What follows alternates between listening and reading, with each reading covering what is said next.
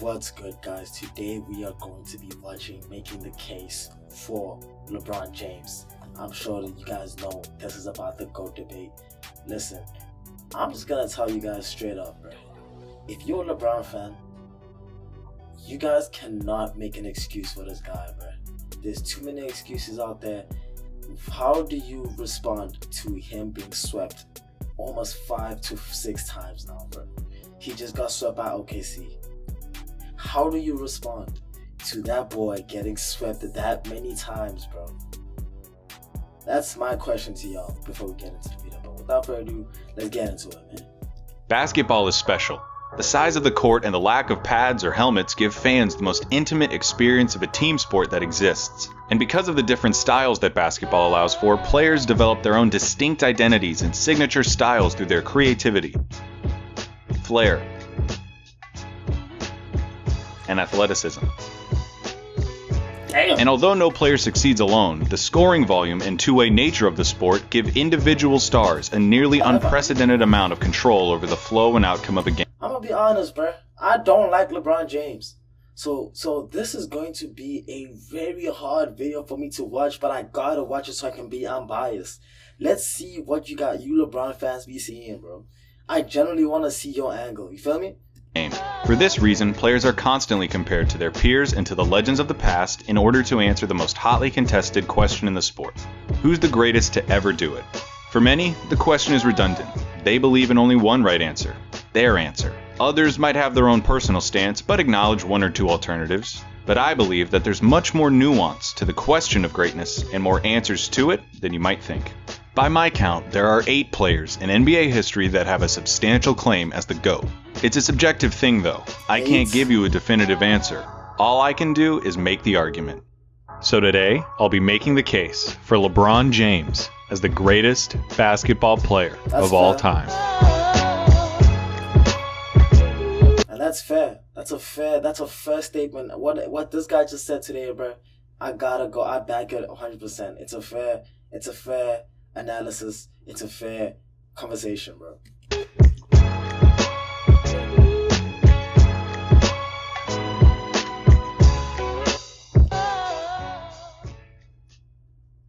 To begin making the case for LeBron James, No. Michael Jordan is the LeBron GOAT. James LeBron isn't built like that. There's no way. There's no LeBron way that he isn't is the the GOAT. GOAT. Get Not out of even here. close. What are you Really, talking about? LeBron? Delete You're making this a video about You're out LeBron of your being mind. the Get GOAT. out of here. No.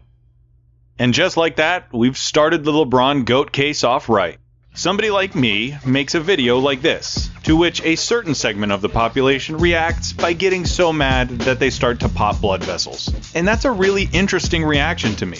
I've made videos about why players like Larry Bird and Tim Duncan are the GOATs. And sure, I get some, "this video is garbage because MJ is the GOAT" comments, but it's mostly been people having a lovely chat about the merits and nuances of those players' careers. I don't expect that to be the case today. But why? Why is it that LeBron, more than any other player, gets Jordan truthers so defensive?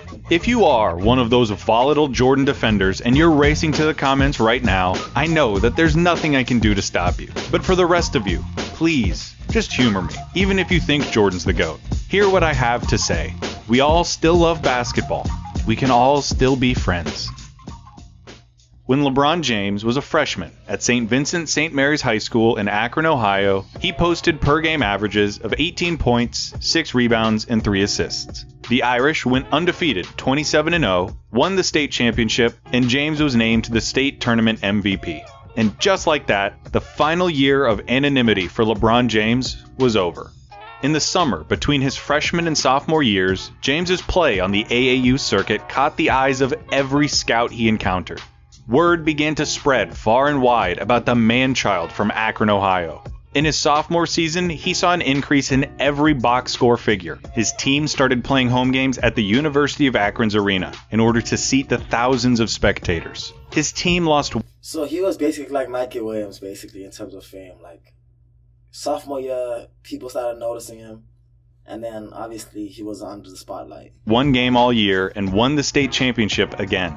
He became the first sophomore ever named to USA Today's All-USA First Team. He had officially entered the territory of phenom. Scouts were infatuated with James for a number of reasons. He had every measurable you could want out of a 16-year-old. Tall, strong, good wingspan, off-the-charts athleticism. But he also had superb instincts, a natural enthusiasm for the game, an unselfish play style, preternatural passing abilities, and strong leadership qualities. Which is why, in his junior year, Sports Illustrated put LeBron on its cover. Now, this cover didn't single-handedly trigger the outrageous expectations of LeBron James, but it certainly helped. The cover acknowledged James's unprecedented talent at such an early stage, while alluding to the expectations, hopes, and wonders that such an unbelievable talent would have to bear. So they really named him the chosen one back then, bruh. That's crazy. I'm not gonna lie.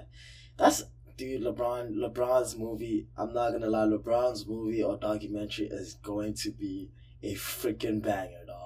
Beginning his junior year, James and the Irish would play their home games almost exclusively at the University of Akron's arena. ESPN2 began broadcasting their matchups to the country, and Time Warner Cable started selling his games on pay-per-view for $7.95 a pop to the Akron populace. The hype was substantiated by more incredible play from James. Yo, not actually clocking, bro. Imagine ESPN doing high school games, dog. That's unheard of, bro. I might be tripping, but that's kind of unheard of. I ain't gonna lie. At the University of Akron's arena. ESPN2 began broadcasting their matchups to the country, and Time Warner Cable started selling his games on pay-per-view for $7.95 a pop to the Akron populace. The hype was substantial. That's so crazy. You see, this is what I'll say. If you're gonna start Michael Jordan's story and LeBron James' story at this, like, from ground zero at the same time, at this moment in time, bro, when they both 17 in the junior year of high school, LeBron James is the GOAT right now. In terms of, if you put their lives side by side and they both started from ground zero, junior year in high school. If you look at them from junior year in high school, LeBron James is winning that one at that moment in time, bro. Shaded by more incredible play from James, who improved from year to year. As a junior, he was named to a second All-USA first team and became the first junior to ever be named the Gatorade National Player of the Year. As a senior, he won a second National Player of the Year award and was named to an unheard-of third All-USA first team.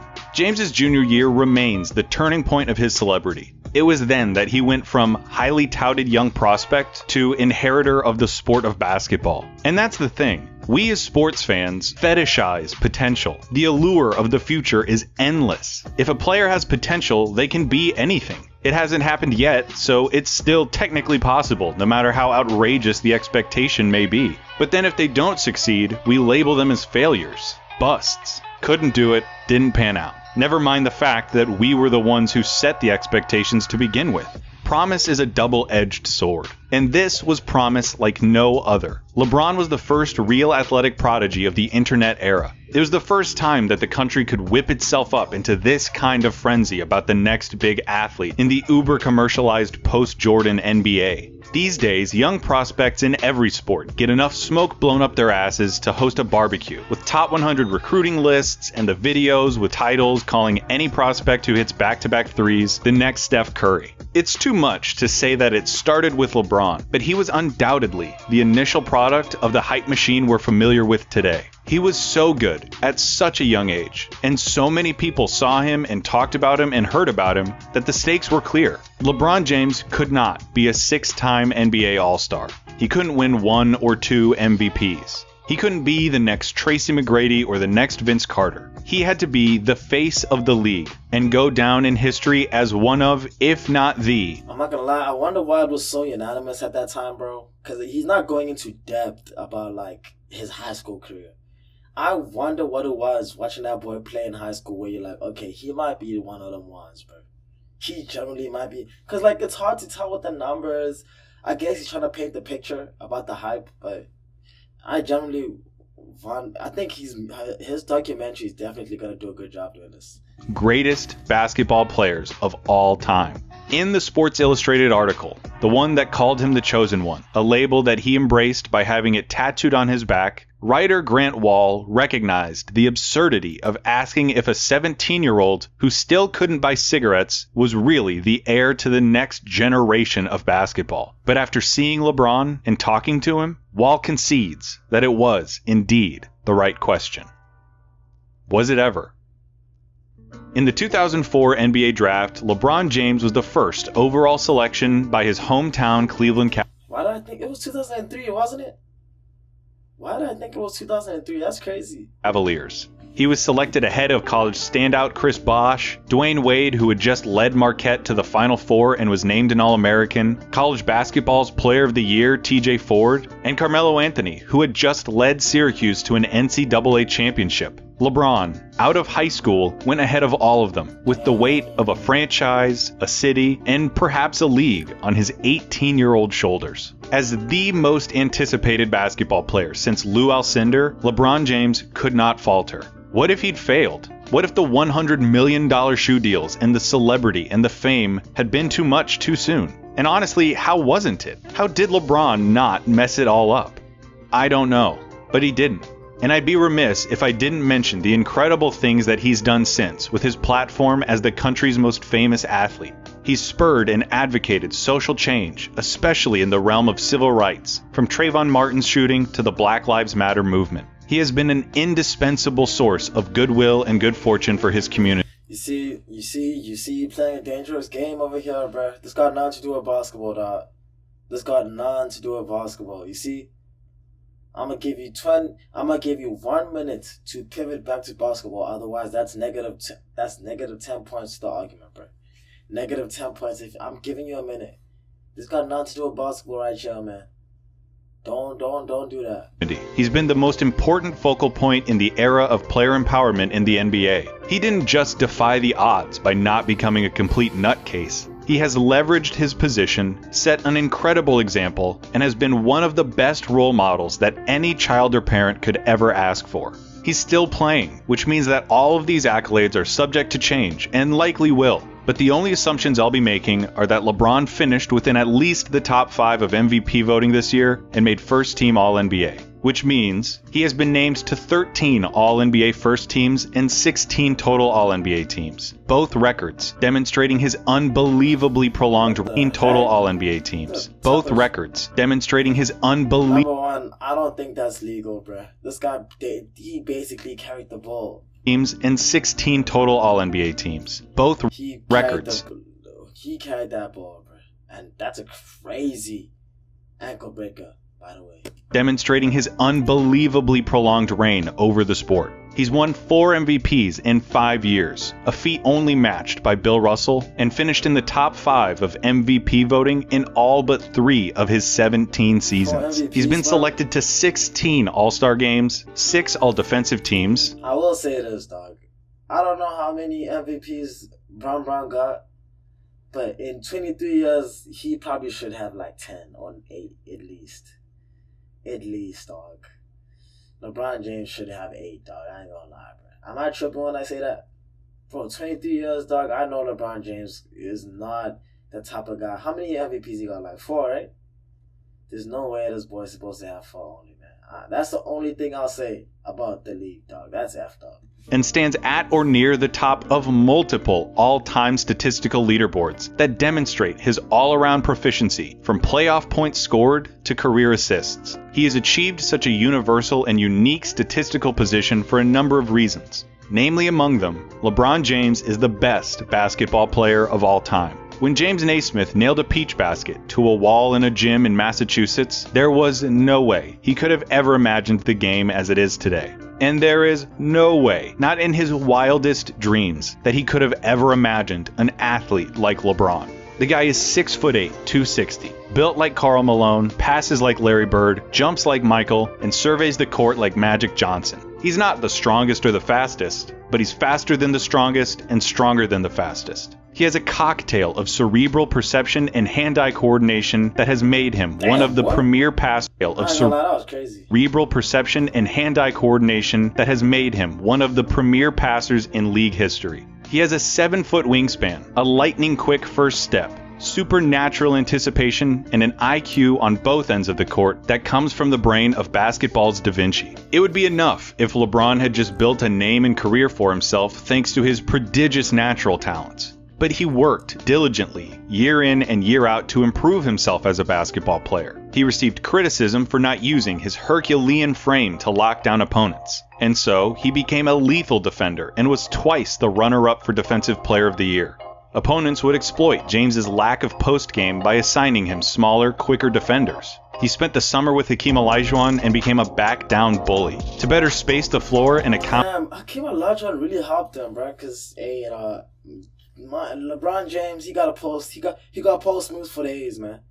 He got post moves for days. But, I'm going to keep it a buck 100.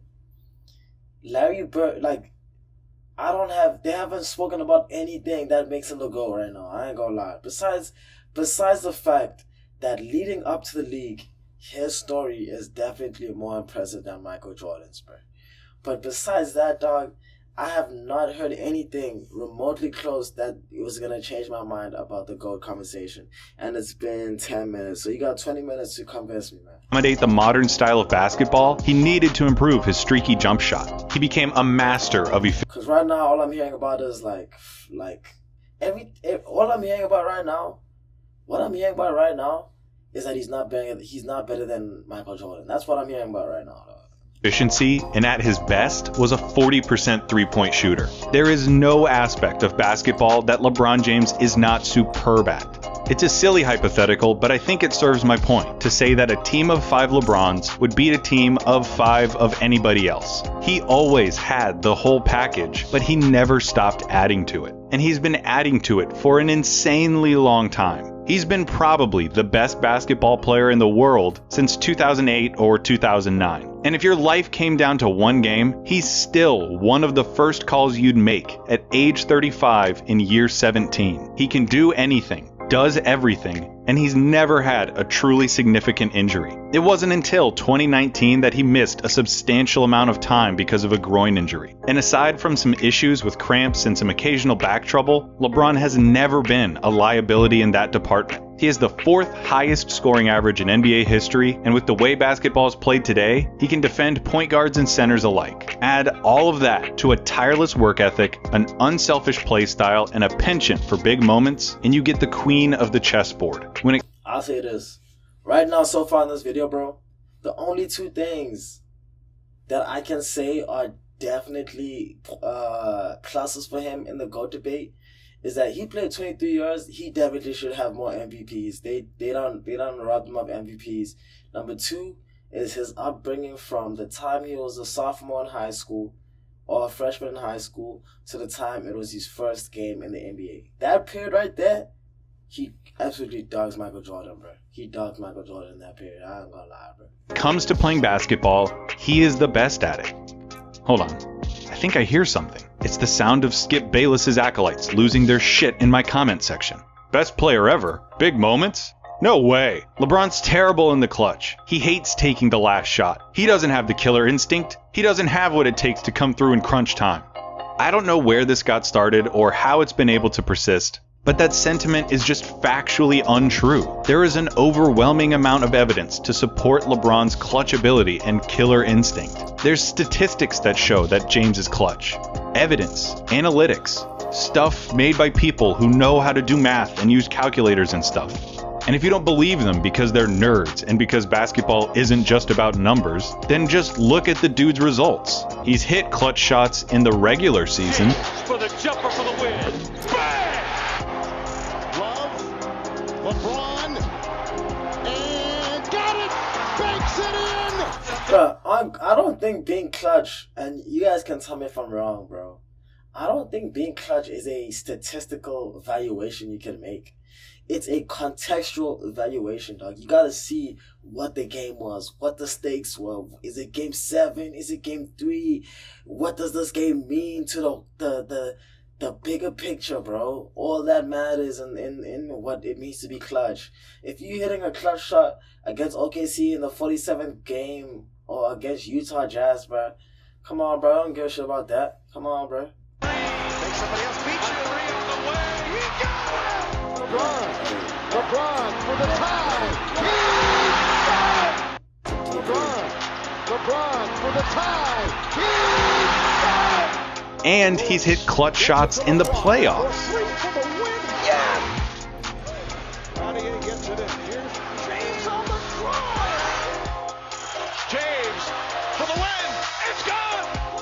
3 seconds to go.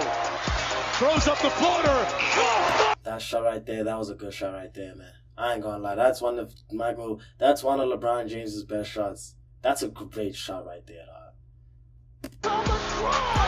And I would say that Boston series, he was clutch. In that Boston series, that's what you call clutch right there. What LeBron James did. James for the win. It's gone. 3 seconds. I'll say this. LeBron James against Boston and LeBron James in that 3-1 comeback against the Warriors, that's clutch. But let's not act like them Warriors will not beat up, bro. Let's not act like that, bro. Throws up the floater. And with 3 seconds left, Cleveland triggers in. James, 2 seconds, 1 second for the win. That's crazy. Don't tell me that he can't win games, or doesn't have a killer instinct, or isn't clutch, or any of that shit. He spent a lot of time playing in the biggest games too, in an absolutely loaded league. In the playoffs, he has faced Gilbert Arenas, Chauncey Billups, Tim Duncan, Tony Parker, Manu Ginobili, Kawhi Leonard, James Harden, Russell Westbrook, Kevin Durant, Ray Allen, Paul Pierce, Kevin Garnett, Dirk Nowitzki, Dwight Howard, Derrick Rose, Al Horford and Paul Millsap, Steph Curry, Klay Thompson, Draymond Green, DeMar DeRozan and Kyle Lowry, Paul George, Victor Oladipo, Damian Lillard, and so on. And the players he's faced haven't just been eye-popping. He's lined up against some of the vaunted teams and franchises in NBA lore. He played the Spurs, the most successful post-Jordan franchise in basketball, 3 times in the finals. And then he faces the Warriors in 4 straight finals. Meanwhile, LeBron's teams always seem to be overachievers. In his first 7 seasons in Cleveland, his best teammate by a mile was Mo Williams. Yeah, one-time All-Star, Mo Williams. The Cavs front office can't be faulted for not trying to get LeBron help, but they certainly deserve some criticism for failing to actually get him help. Anderson Varejao, Zydrunas Ilgauskas, Larry Hughes, Drew Gooden, Eric Snow, Old Shaq, Ben Wallace's corpse. None of them were really bona fide. So they're not just going to talk about Kyrie Irving, right? You're not going to just you're not going to just skip over the fact that he had Kyrie Irving, bro. Come on, what about that team? What about that team? Quality contributors who, in the roles they were supposed to fill, could compete and win a championship against the Spurs or the Celtics. The Cavs' entire philosophy during his first stint in the land was, he's so damn good, we'll just bank on him putting up ungodly numbers and carrying us to a win every single night. Which he usually somehow did. And when he left, look at how the Cavs floundered. From a league-high 61 wins to 19, the second worst record in the league. Nothing exemplified the plight of LeBron more than Game 5 of the 2007 Eastern Conference Finals. With the series tied at 2 games apiece... Let's also not act like the Eastern Conference was good back then, bro. Them boys were ass. With capital letters, dog. Them boys had none going for them. It was just a disaster in that conference. I ain't gonna lie, bro. LeBron and the Cavs were trying to pull off an upset against the former champion Detroit Pistons nucleus on their home court. With around 3 minutes remaining in the fourth quarter and the Cavs down 7, LeBron got fouled on a drive, and so began one of the most impressive stretches of basketball ever played in any series by any player. To say that James at 8... The thing is, who's on this Pistons team? That's really like that. Who's on the Pistons team, bro? What's their roster looking like? That's what I want to know. Why is he not mentioning who's on the team? Age 22, proceeded to take over the game feels like an undersell. He scored 29 of the Cavs' final 30 points, including 25 in a row. He was transcendent, finishing with 48 points after 2 overtimes and the game-winning layup. It was a performance for the ages, but it was also almost entirely necessary. When the Cavs played the Spurs in the finals that year, they lost because a 22-year-old LeBron couldn't beat the Pop Parker. 82 to 83? Hold on, bro. What time was that? 82 to 80 freaking 3, dog? It was also almost entirely necessary. When the Cavs played the Spurs in the finals that year, they lost because a 22-year-old LeBron couldn't beat the Pop, Parker, Manu, Duncan Spurs by himself. Shame on him. So is there any surprise that he wanted to go to a real team like Miami, where he didn't have to do everything? And make... Dog, you know how you know LeBron James is not the GOAT? Usually when they do ones on like Larry Bird, Michael Jordan, like I go away from these videos like, damn, bruh, That's crazy. No, he really the GOAT, though. Bro, I ain't never heard nothing from LeBron James that really get me off my seat, bro. Nothing. Make no mistake, it's not like he didn't still have his Atlas moments with the Heat. Game 6 of the 2012 Eastern Conference Finals. The Heat are down 3-2, coming off of the decision in the 2011 Finals. LeBron and the Heat were under as big of a magnifying glass as you can get. In Boston, the Celtics had the chance to send the LeBron, Wade, Bosh Heat out by the historical wayside as a catastrophic failure. But then LeBron put on this face and picked the Celtics apart. He had 30 points in the first half. In classic LeBron fashion, he was everywhere doing everything. He sucked the oxygen out of the arena and never gave it back. Now, I did mention this. I said this game right here, I have nothing to say about LeBron James in this game. I ain't gonna lie. Coming through with an all-time performance in maybe the most important game of his career. 2013 Finals, Games 6 and 7. Leading the fourth quarter charge in Game 6, hitting a crucial 3 with 20 seconds left to set up Ray Allen's legendary shot.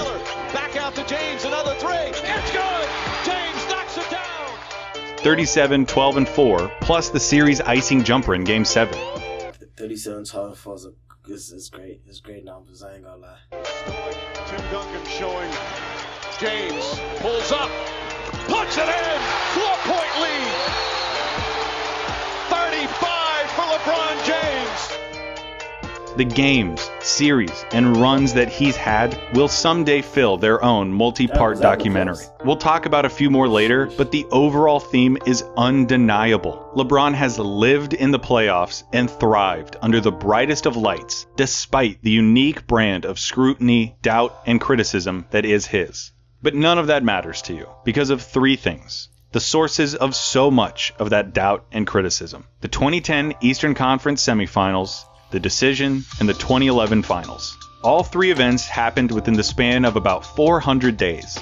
It started with the second round of the 2010 playoffs, Boston versus Cleveland. Despite having the best record in the league, the Cavs lost in 6 to the Pierce, KG, Ray Allen Celtics. LeBron's numbers look okay, but if you remember watching at the time, bro, the Cavs had the best record in the league? How? Bro, how? Or you go back now and watch, you can tell that LeBron's just not there. He's checked out. No aggression, no urgency, stretches of total detachment. He was a no-show. And no one still knows definitively why, but salacious rumors persist that you can look up for yourself. Whatever the reason, the loss and damn, so he really was a ghost. What year was this? It's not there. He's checked out. No aggression, no urgency, stretches of total detachment. He was a no-show for one of the most consequential free agent decisions ever. What they got was the decision. A 1-hour nationally televised special. LeBron was going to announce his decision on live TV. How could this go wrong? The answer to the question everybody wants to know. LeBron, what's your decision? In this fall, man, this is very tough. In this fall, I'm going to take my talents to South Beach and join the Miami Heat. The best basketball player in the world dumped his hometown team, the most tortured sports city in America, live on television to join a super team with Dwayne Wade and Chris Bosh. Bro, why did he do that, dog? Imagine if LeBron James actually stayed and stuck it through, dog. He would have been the GOAT, bro. Nah, let me not go on ahead and just say that. I'm just saying, if he stayed and stuck it through, the conversation would look a lot different. That's one thing I do know, bro. He had quit on Cleveland in the playoffs and followed it up with the mother of all backstabs. The decision remains perhaps the single meanest thing an athlete has ever done to their franchise. It was mindless, shallow, insulting, and egotistical in a profound way. LeBron... Bro, aren't you supposed to be making the case, bro?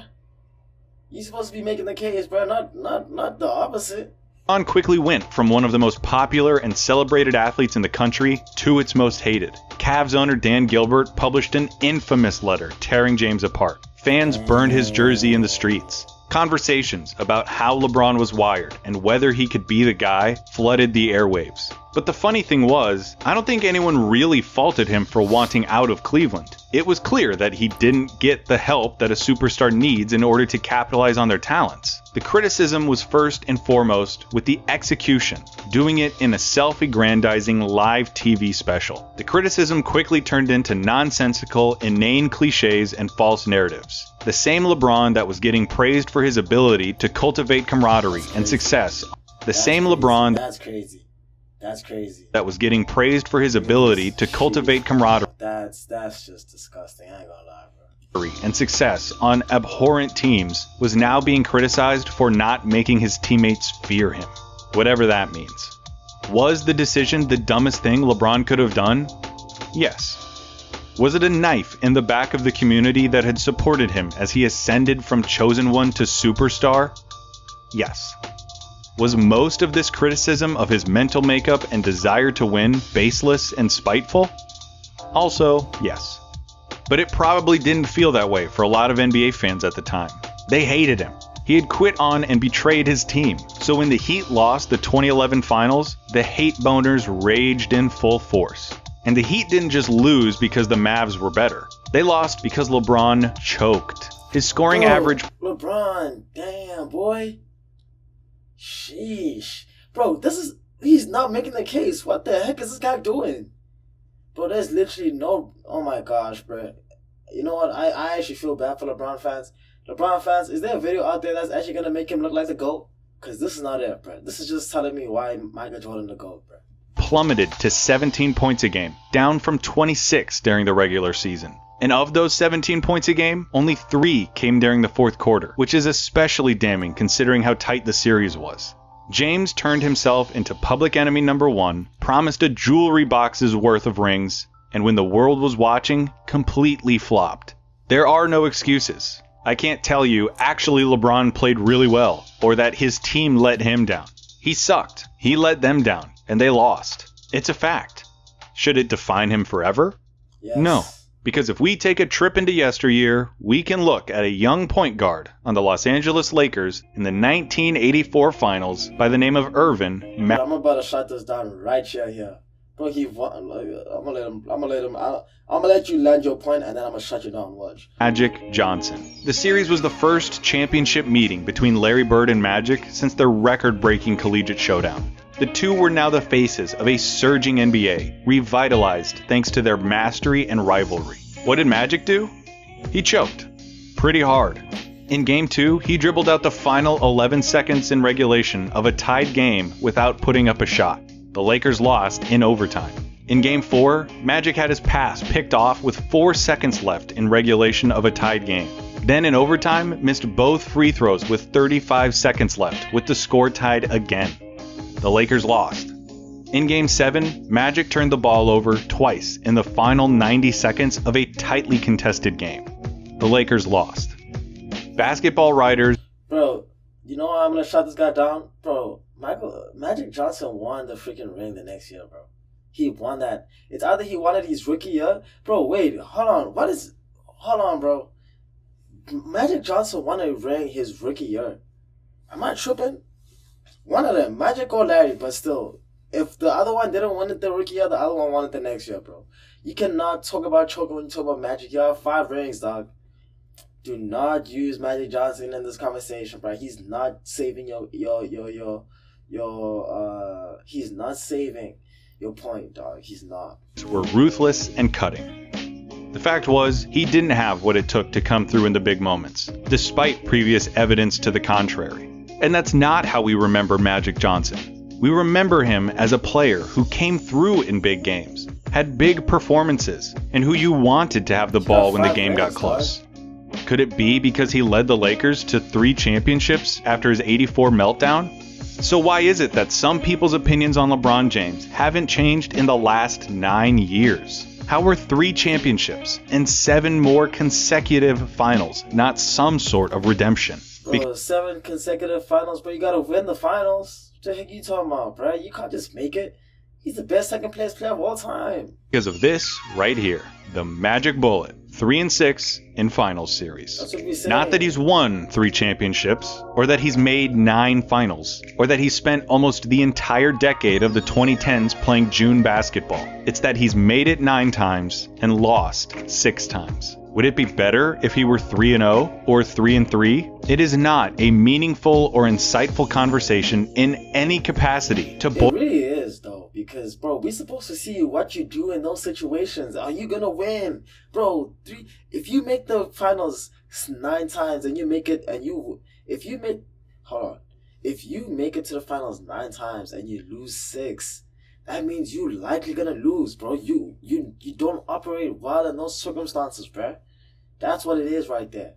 boil down a player's entire career, his contributions, strengths, weaknesses, and subtleties, to just his record in the NBA Finals. How is it that making it to the finals and losing is worse than not making it at all? If you take the time to actually look at how he ended up in those series and what he actually did in them, I have no idea how you could misconstrue his finals performances as a hindrance to his case. We talked about 07, 11, 12, and 13. Oh, come on, six losses is diabolical. Let's not do that, bro. Of those 4, the first was a loss to a team with an actual roster and head coach. The second was a loss that can be pinned entirely on James. And the last 2 were victories. In 2014, the Spurs played absolutely divine basketball. You cannot play the game better. LeBron and Chris Bosh were the only players on the roster who showed up.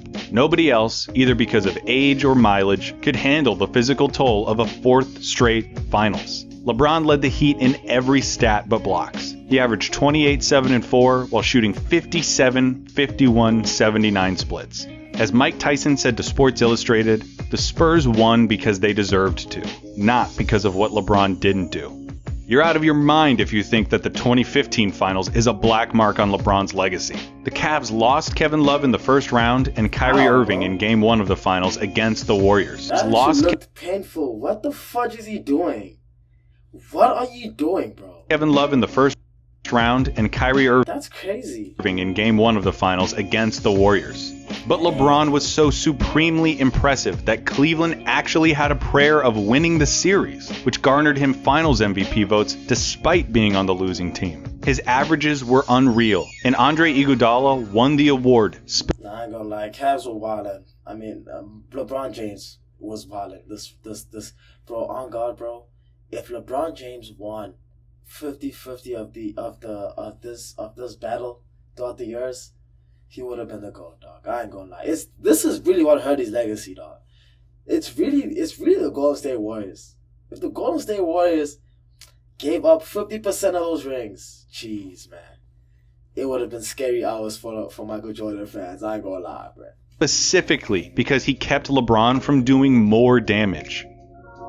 In 2017, after a super weird regular season, the Cavs flipped the switch and cruised to the finals against the new-look Warriors with Kevin Durant. LeBron became the first player to average a triple-double in the finals, but the Cavs lost in 5, keeping the Warriors from sweeping their way through the entire playoffs. In 2018, without Kyrie, LeBron had a run that was eerily similar. The Warriors swept every single team until they got to the finals and lost one, bro. That gotta be a record. What? That has to be a record, dog. To his 2007 team without Kyrie. Cavaliers sent Kyrie Irving to the Celtics. Jeez. Kyrie, man. LeBron had a run that was eerily similar to his 2007 streak.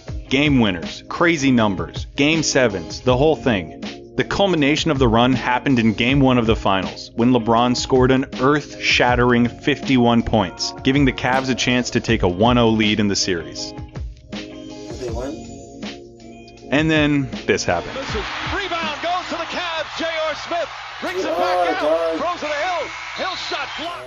For the past 13 years in a row, every team that LeBron James has played on has been in contention to win the championship regardless of the roster around him. We're not going to play the what-if game, but he's proven that he doesn't need the league's all-time leading scorer as a teammate or the Zen Master as a coach.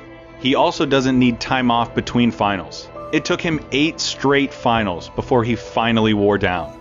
Give him any coach, give him any teammates, and by the sheer brilliance of his that dunk was wild. I ain't gonna lie, bro. That dunk was crazy, man. play, your team is now a championship contender. And I don't have to make the argument that 3 rings is more than 5 or 6 or 11, because that's not how we evaluate these players. We don't just look at ring totals. Otherwise, Robert Horry would be on Mount Rushmore.